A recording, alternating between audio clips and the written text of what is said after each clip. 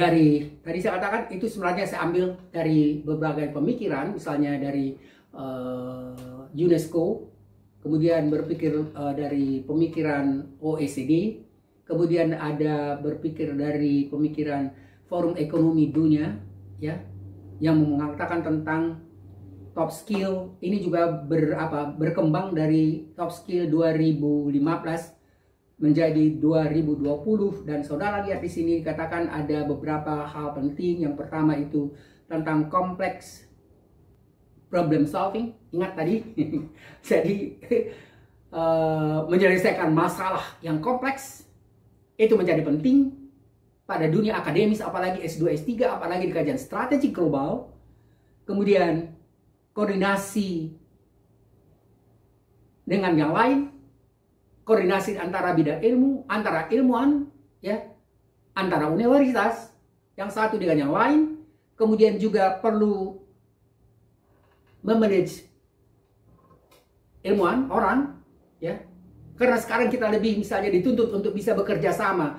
Jadi ilmuwan sebenarnya tidak diinginkan dia hanya tahu hanya bidangnya sendiri dan tidak bisa melakukan dialog komunikasi dengan bidang lain, apalagi kerjasama antara satu ilmuwan dengan ilmuwan lain. Itu sebenarnya jelas sekali sekarang dikatakan bahwa kita harus bisa bekerja sama, kita harus bisa malah jadi pemimpin harus bisa melakukan koordinasi, memanage kerjasama antara satu bidang ilmu dengan bidang ilmu lain, antara ilmuwan dengan ilmuwan lain. Kemudian ada dikatakan harus bisa melakukan negosiasi, ya. Dan ada orang yang memang yang sangat pintar negosiasi, ya. Yang berikutnya dikatakan di sini quality control, ya. Kemudian berikutnya orientasi pelayanan, ya. Orientasi melayani. Misalnya kalau misalnya di universitas, ya, mestinya dosen termasuk sebenarnya lebih memberikan pelayanan pada mahasiswa. Yang berikutnya dikatakan di sini tentang, saya tulisannya di sini sangat halus, ya, saya nggak begitu kan, negosiasi, kemudian quality control, kemudian service orientasi pelayanan, kemudian judgment and decision making, ya, mengambil keputusan, dan berikutnya aktif, belajar aktif, yang terakhir kreativitas. Jadi saudara lihat di sini dijelaskan sebenarnya apa yang kita perlukan, misalnya pada orientasi yang diperlukan untuk universitas yang terjadi, yang ditentukan untuk berlaku misalnya pada tahun 20, yang harus dikembangkan 2015 sampai 2020. Teman-teman sekalian, saya akan mencoba, ya, ini juga sebenarnya kan masih lanjutan itu. Perkembangan dari tahun 2000 top skill 15 ini, ya, sampai 2025. Tidak jauh berbeda dengan yang tadi. Kemudian ada berikutnya, ada yang disebut dengan apa itu istilah dari tadi saya katakan complex problem solving. Kemudian ini ada penjelasannya ringkas saya buat. Kemudian critical thinking juga ada penjelasannya secara ringkas. Sampai ini ada 10 poin, ya. Dan yang saya katakan tadi dengan cognitive flexibility, jadi kemampuan kognisi pengetahuan yang sifatnya fleksibel, itu yang mungkin berat, termasuk di kajian strategi global, ya. Jadi karena cognitive flexibility itu memang memerlukan keluasan wawasan, ya. Kalau kita hanya tahu satu bidang ilmu seperti katak di bawah tempurung, maka hanya dunianya sendiri yang dianggap benar dan yang lain itu dianggap salah. Nah, ini yang harus kita atasi, terutama sekali teman-teman baru mahasiswa S2, S3 yang sedang dan akan menghuni perkuliahan dan masalah-masalah yang akan Anda selesaikan selama perkuliahan. Diperlukan wawasan yang luas untuk bisa menyelesaikan disertasi tesis dengan baik. Karena kalau misalnya kita tidak banyak baca, miskin gagasan, itu berarti ada kesulitan yang parah bagi kita nanti untuk bisa membuat atau menyelesaikan disertasi dan tesis.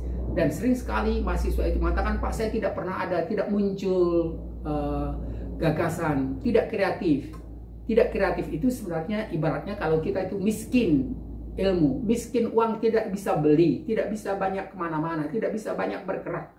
Jadi kita memerlukan untuk kognitif flexibility itu memerlukan wawasan yang luas. Saudara lihat, ini model baru. Jadi Paul Swan ini di dalam bukunya itu dia mengatakan yang pertama yang diperlukan itu adalah berpikir lateral. Positivisme ilmiah yang menuntut adanya fokus pada satu masalah itu sebenarnya berbeda dengan model berpikir lateral. Model berpikir lateral itu sebenarnya model berpikir untuk melihat berbagai macam alternatif, berbagai macam kemungkinan. Jadi berpikir lateral itu berpikir bukan memfokus, tetapi dia menyebar. Jadi kalau misalnya ada masalah, katakanlah misalnya ada masalah kemiskinan, lalu akhirnya kita pikirkan apa saja yang berkaitan dengan kemiskinan itu. Apa saja misalnya yang bisa digunakan untuk menyelesaikan masalah COVID. Apa saja yang misalnya berkaitan misalnya dengan masalah-masalah yang lain. Oleh karena itu, di dalam pemikiran yang kita katakan sebenarnya tadi era jaringan, maka diperlukan sekali model berpikir yang disebut dengan model berpikir lateral. Saya punya teman yang sering bicara di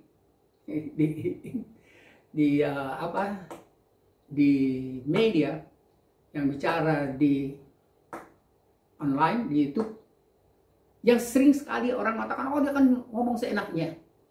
Karena itu kebiasaan yang selama ini orang hanya berpikir yang disebut dengan berpikir analitis. Ya, bukan berpikir lateral.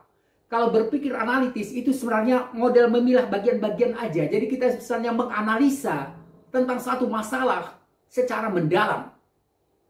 Sementara pada berpikir analitis itu adalah berpikir untuk melihat keterkaitan satu masalah dengan masalah lain. Jadi dia bersifat menyebar. Ya, jadi ada dua model berpikir sebenarnya di sini yang berbeda, yaitu berpikir lateral dan berpikir analitis. Tapi bukan berarti orang berpikir analitis itu sebenarnya tidak mungkin melakukan atau tidak mungkin bisa berpikir lateral. Mestinya dua-duanya harus bisa digunakan. Ya. Yang berikutnya itu disebut dengan memecahkan masalah. Jadi masalah itu memang mungkin ada waktu saat tertentu kita misalnya lebih menggunakan misalnya pemikiran lateral, atau mungkin justru dari hal-hal yang sifatnya beragam itu kita bisa mencari suatu kesimpulan yang lebih banyak menggunakan model berpikir analitis. Jadi seperti saya katakan tadi, antara berpikir analitis dan berpikir lateral bukan dua hal yang selalu bertentangan. Kita bisa menggunakannya pada saat tertentu atau bisa juga menggabungkannya pada kemungkinan-kemungkinan tertentu. Misalnya begitu kita misalnya membuat satu tulisan yang sifatnya katakanlah misalnya interdisipliner, perlu nanti pada bagian kesimpulannya kita melakukan analisis dan kritis, dan itu lebih menggunakan model berpikir yang kita sebut dengan berpikir analitis. Jadi pada pemecahan masalah tadi kita katakan bahwa kita bisa menggunakan dua model berpikir ini, dan yang berikutnya memenangkan argumen. Ingat ya, sekarang hampir setiap hari melalui internet, melalui YouTube, kita dihadapkan pada perdebatan tentang masalah sosial, masalah ekonomi, tentang COVID, tentang ini, tentang itu. Dan kemudian akhirnya sebenarnya untuk memenangkan argumen itu kita perlukan memang keluasan pemikiran, keluasan data, dan ketepatan, kejernihan berpikir, ya, analitis, dan berpikir lateral. Ada orang yang bisa misalnya masuk ke mana-mana karena dia mau berkonsultasi. Dia tidak hanya bicara ekonomi, dia bisa bicara politik, dia bicara hukum, dia bicara keadilan, dia bisa bicara yang lain. Mengapa? Karena dia sebenarnya memiliki kawasan yang luas sehingga akhirnya dia bisa bergerak dan berdebat dengan bidang-bidang atau ahli-ahli lain.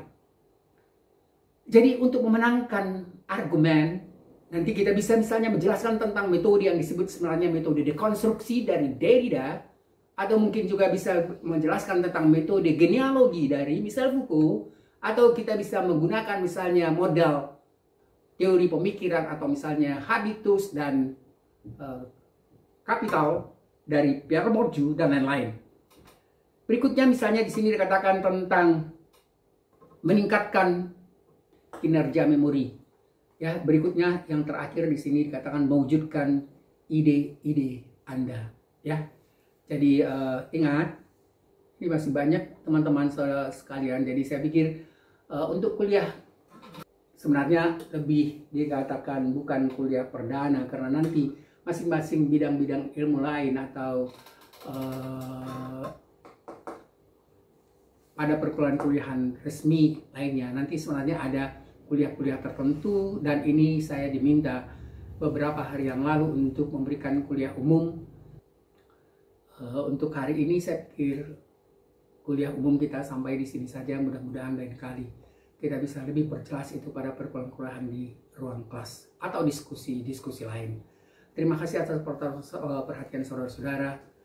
Semoga Anda sukses menyelesaikan perkuliahan pada program kajian strategi global di UI ini, dan diharapkan Anda bisa menyelesaikannya dalam waktu yang relatif singkat. Jangan sampai berlama-lama di UI. Dan kuliah-kuliah ini itu nanti akan sangat membantu Anda untuk bisa menyelesaikan perkuliahan itu sesuai dengan waktu yang tersedia. Terima kasih. Assalamualaikum warahmatullahi wabarakatuh.